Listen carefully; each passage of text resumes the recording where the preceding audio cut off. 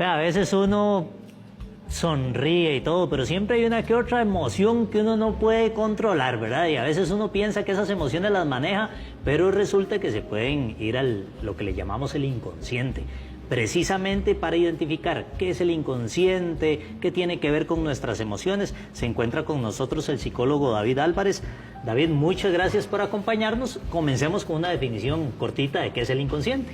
Muy buenos días. Bueno, el inconsciente son características, patrones, conductas que nos vienen afectando en nuestro diario vivir que no percibimos.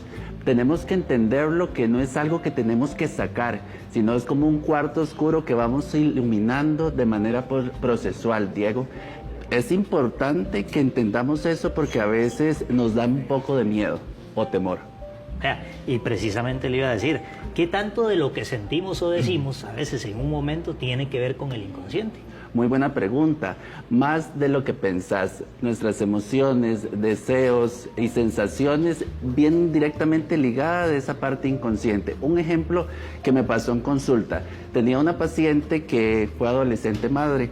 Su mamá le dijo, ok, te cuido tu hija, mi nieta, solamente por temas laborales. Ella se empunchó, salió adelante, se convirtió en una abogada prestigiosa. Tuvo la oportunidad de ir a Inglaterra 2 semanas.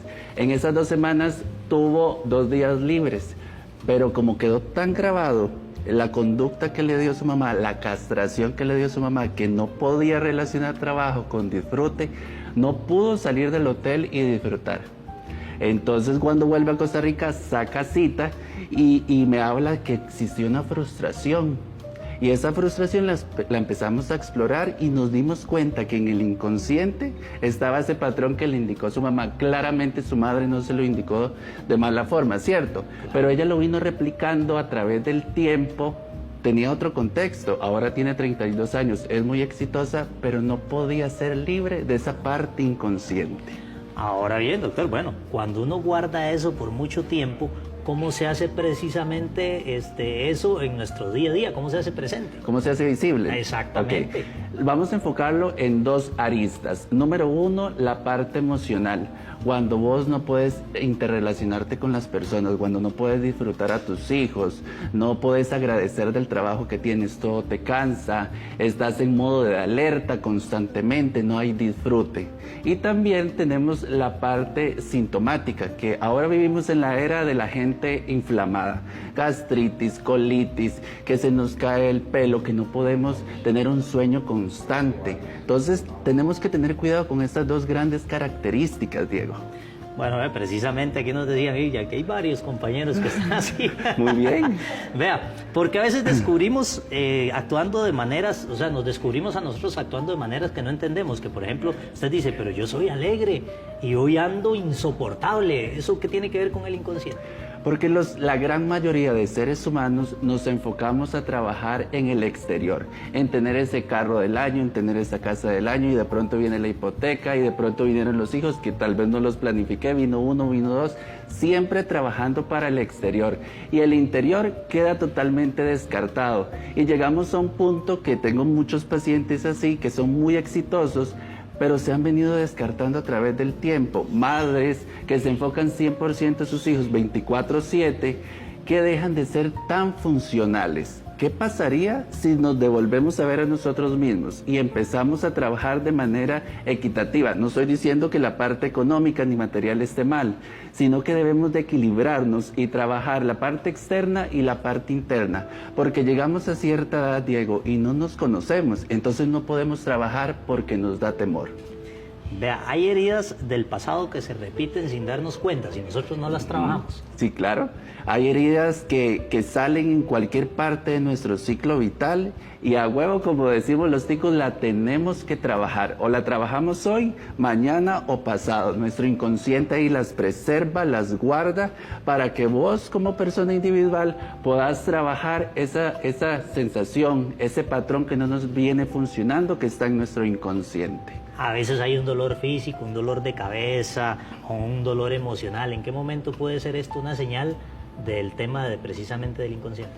Ok, Es una señal cuando no somos funcionales, cuando trabajamos a media máquina, venimos profesionalmente trabajando muy bien, muy productivos, empezamos a disfrutar nuestra familia, pero llega un momento que algo pasa, se paraliza. En el trabajo lo llamamos burnout. Es cuando no empezamos a comunicar ciertas cosas y dejamos que la montaña se vaya acumulando de situaciones y ya trabajo a media máquina, y eso puede ir bajando y es bastante problemático, y es ahí donde nos encontramos a personas que vienen perdiendo características, vienen perdiendo cosas positivas que se dieron cuenta porque no venían manejando detallitos que su cuerpo y su mente les venían hablando. ¿Cómo podemos aprender a escucharnos mejor, a entendernos? Esta es una gran pregunta. Suena fácil, pero es sumamente difícil. Número uno, tenemos que entender que trabajar con nosotros mismos duele en ocasiones. A veces no sabemos trabajar porque no nos conocemos. Mi recomendación directa es que seamos compasivos con nosotros mismos. Hablamos de muchos conceptos como la empatía, pero ¿qué pasaría, Diego, si somos más empáticos con nosotros mismos? Tenemos más compasión, dejamos de crucificarnos tanto. Porque a veces, un ejemplo, vos me contás que cometiste un error en el trabajo. Entonces yo te digo, mira, Diego, date la oportunidad de hacerlo diferente. Pero cuando yo lo hago, soy el peor, soy un inútil, me castigo, me castro, y la situación no era tan grave y se convirtió en algo muy grave. Qué interesante. ¿Por qué mirar hacia el inconsciente no significa vivir en el pasado, sino entender el presente? Muy buena pregunta.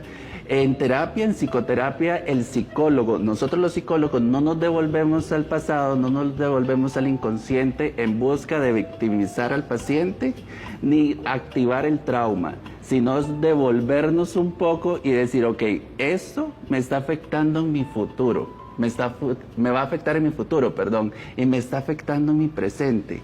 ¿Qué patrones tengo que dejar de seguir para que no me afecten? Ejemplo, tengo pacientes que tuvieron un inadecuado vínculo con la parte paterna y de pronto se visualizan aplicando los mismos comportamientos de su padre. Claramente hay una gran sorpresa. O esa persona que nunca tuvo límites en su vida y de pronto llega a un buen trabajo y encuentra un jefe que le marca la cancha. Entonces hay molestia, empieza a tener dificultad.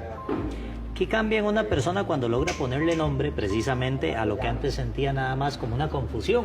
Ok, ¿qué pasa? Yo lo veo como una gran armadura. En el momento que vos conoces algo específico, tenés poder, controlás. Pero yo no hablo de un poder para estar encima de algo, sino para compartir ese crecimiento que nosotros tenemos, que lo relacionamos claramente con la salud mental. Nos empodera. Cuando voy a la guerra, ¿qué tengo que conocer? A mi contrincante, para ver por dónde atacarlo. ¿Qué pasaría si te das cuenta que vos perdés el control en X contextos? Analizarías un poco más y te prepararías, ¿cierto? Claro, okay. claro, así lo haría, ¿no es cierto? Y usted viene y se prepara. Así es. Ahora, ¿qué le diría usted a quienes sienten que repiten precisamente esas mismas historias una y otra vez? Les diría que el inconsciente les está diciendo, es momento de trabajarlo. Si no lo vas a trabajar hoy, lo vas a tener que trabajar en cualquier momento, que nos demos esa oportunidad. Cuando el paciente llega a consulta, yo le pregunto, Diego, ¿cuál es su motivo de consulta? Y me empieza a explayar un montón de características de las que quiere trabajar, pero en cada una que para ellos es macro, aparecen unas micro que no son tan importantes, pero son más relevantes que esas que me está expresando. David, es que si el trabajo que ustedes hacen es como que uno la cabeza tenga un montón de nudos y ustedes comienzan a sacarlo hasta que queda eso impecable. Gracias por acompañarnos, muy agradecido.